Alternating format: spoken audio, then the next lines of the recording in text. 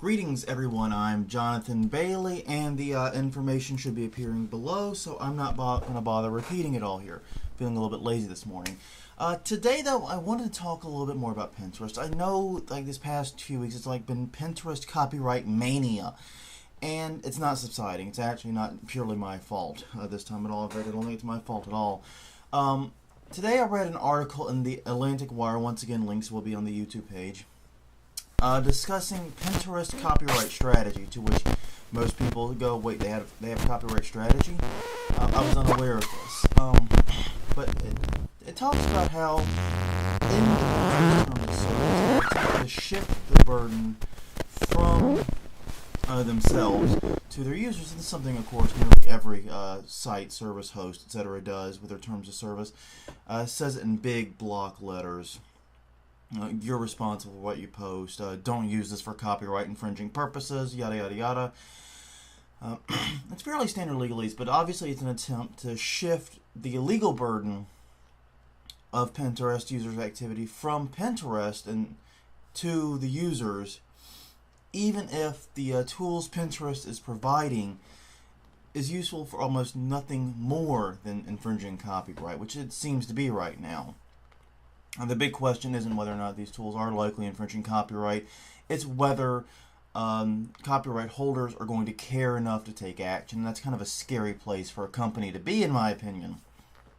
But I digress.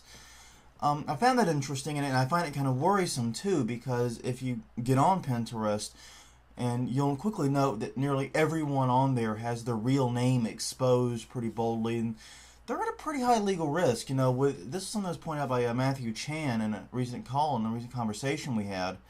But basically, I worry because, you know, when you think about the litigation campaign of the stock photo group, stock photo companies, they might get a hold of this and really run with this idea of threatening to sue and potentially even suing Pinterest users. So it's just something to think about.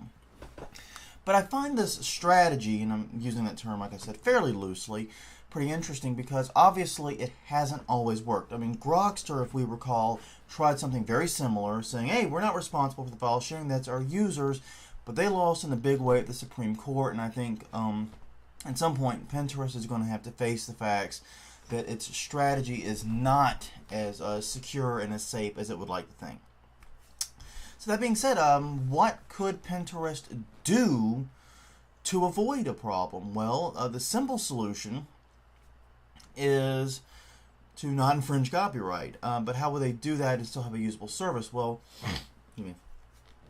one person I saw online suggested, well, they could just simply hot link to the images. They don't have to download them, copy them, so they just link to them, you know, rather than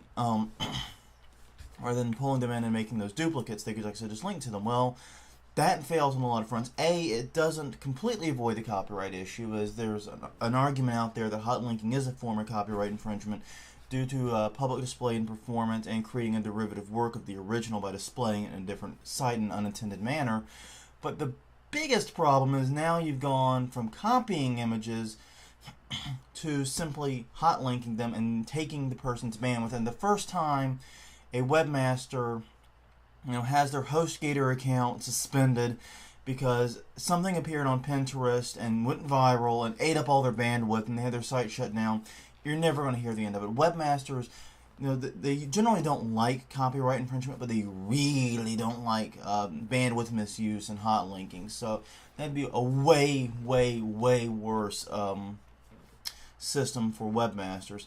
They could, of course, follow the Perfect 10 lead. They could follow all those other rules and just use thumbnails. They can copy the images over, but just display thumbnails, like what Google image search does.